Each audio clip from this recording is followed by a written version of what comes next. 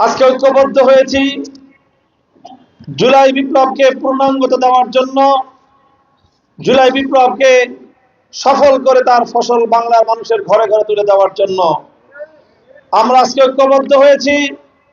বিগত ৫৪ বছরের বাংলাদেশের যে লুটপাটের রাজনীতি, বাংলাদেশে যে গুন্ডামির রাজনীতি, যেই দুর্বৃত্তপনার রাজনীতি চলছে, যেই রাজনীতি বাংলার মেহনতি মানুষের সকল মেহনত এবং তাদের সকল শ্রমকে বিপন্ন করে তুলছে, বাংলাদেশকে কোনোভাবেই সামনে অগ্রসর হতে দিচ্ছে না।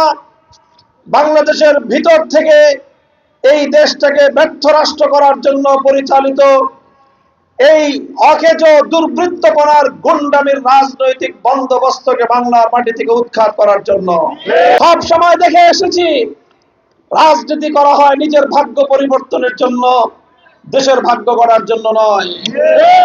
রাজনৈতিক দলগুলো ক্ষমতায় যায় শাসনের নামে মানুষকে শোষণ করে, তারা শাসনের নামে মানুষের অধিকার কেড়ে নেয়। তাই আজ জুলাই বিপ্লবের পর এদেশের মেধাবী ছাত্র জনতা, এদেশের বঞ্চিত মানুষ, সর্বশ্রেণীর নাগরিক বৃন্দ তারা জুলাই সনদের মাধ্যমে প্রমাণ পেয়েছে এবং প্রমাণ করেছে বাংলাদেশের পরিবর্তনের জন্য বিগত দিনের বৃহৎ রাজনৈতিক দলগুলো সম্পূর্ণরূপে ব্যর্থ হয়েছে।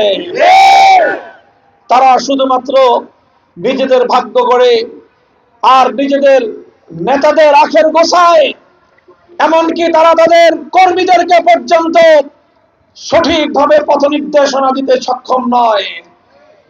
তাই আজ বাংলাদেশের 11টি ইসলাম প্রিয় দেশপ্রেমিক রাজনৈতিক দল আমরা ঐক্যবদ্ধ হয়েছি বাংলাদেশে পরিবর্তন আনার জন্য।